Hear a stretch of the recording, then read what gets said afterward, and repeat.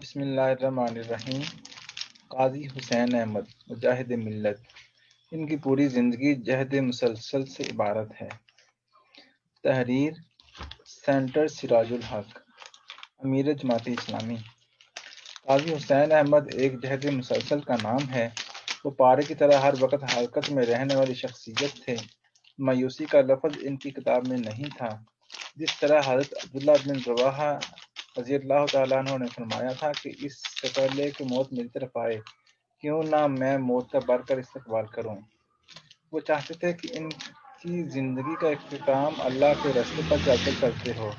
قاضی حسین احمد ایک روایتی سیاستدان نہیں تھے، بلکہ وہ ایک کارکن کے طور پر جماعت اسلامی میں آئے، اور نہ صرف جماعت اسلامی بلکہ امت کے قائد کے طور پر اس جہاں فانی سے رخصت ہوئے۔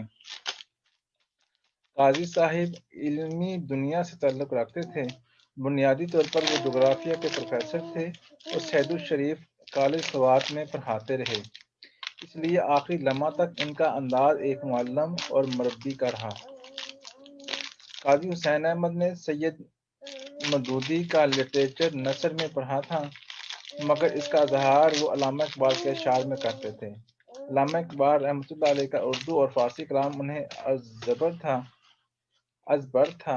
خاص طور پر فارسی کلام پر تو انہیں ایسی دسترس حاصل تھی کہ اپنے خطاب اور تقریر میں اشعار پڑھتے تو ایسا لگتا کہ فی علم الامت نے یہ شعر دراصل کہا ہی اس موقع کے لیے تھا۔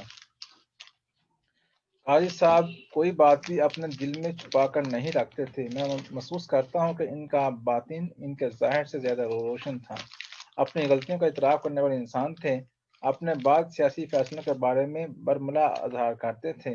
2008 کے انتخابات کے بائیکاٹ کے حوالے سے ان کا اعتراف تھا کہ ہمیں الیکشن کا بائیکاٹ نہیں کرنا چاہیے تھا۔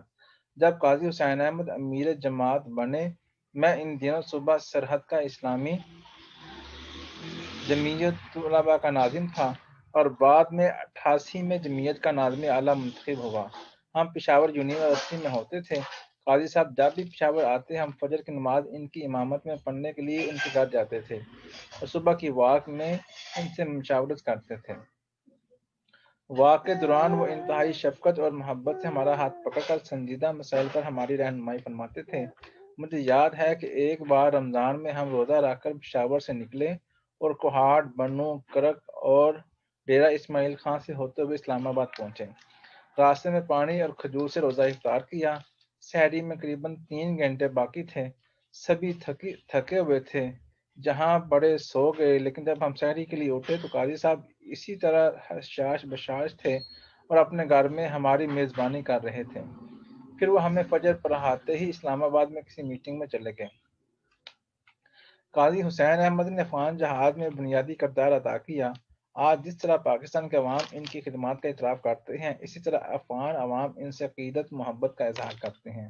افغان قیادت گلبدین حکمت یار سے لے کر کرزئی تک اور پروفیسر برہان الدین ربانی سے لے کر صبغت اللہ مجددی تک، یہ سب قائدین افغان جنگ کے دوران قاضی حسین احمد کے بہت قریب رہے ہیں، بلکہ ان میں سے کئی لیڈر تو قاضی حسین احمد کے گھر میں کئی کئی ماہ تک قیام پذیر رہے۔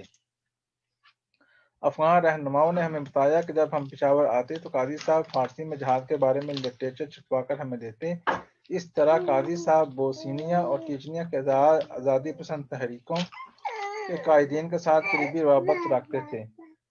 1999 میں بنگلہ دیش گیا اور ڈھاکہ سے آگے کوکس بازار، بنگلہ دیش اور برما کے درمیان پہاڑی علاقے میں برما کے مظلوم اور مجبور مہاجرین نے لالٹن کی روشنی میں اجتماع رکھا۔ وہاں روہنگیا مسلمانوں سے تعارف ہوا تو انہوں نے قاضی صاحب سے انتہائی عقیدت و محبت کا اظہار کرتے ہوئے کہا کہ ہمیں یقین تھا کہ قاضی صاحب ہماری مدد کو ضرور آئیں گے اور ہماری سرپرستی کریں گے۔ قاضی صاحب پاکستان میں ایک ایسی سوسائٹی چاہتے تھے جہاں ایک انسان دوسرے کا غلام نہ ہو، اور وہ ایسے معاشرے کی تشکیل چاہتے تھے جس میں نیکی کرنا آسان اور بدی کرنا مشکل ہو، اور چاروں طرف ایک دوسرے سے محبت، ہمدردی اور غم گساری کرنے اور ایک دوسرے کا غم بانٹنے والے ہوں۔ جب میں جماعت اسلامی کی شورا کے اجلاس میں پہلی بار شریک ہوا تو قاضی صاحب نے اپنے خطاب سے پہلے جو آیات تلاوت کی، ان کا مفہوم یہ تھا کہ تمہیں کیا ہو گیا ہے؟ جب اللہ کے راستے میں نکلنے کے لیے کہا گیا تو تم زمین سے چمٹ گئے۔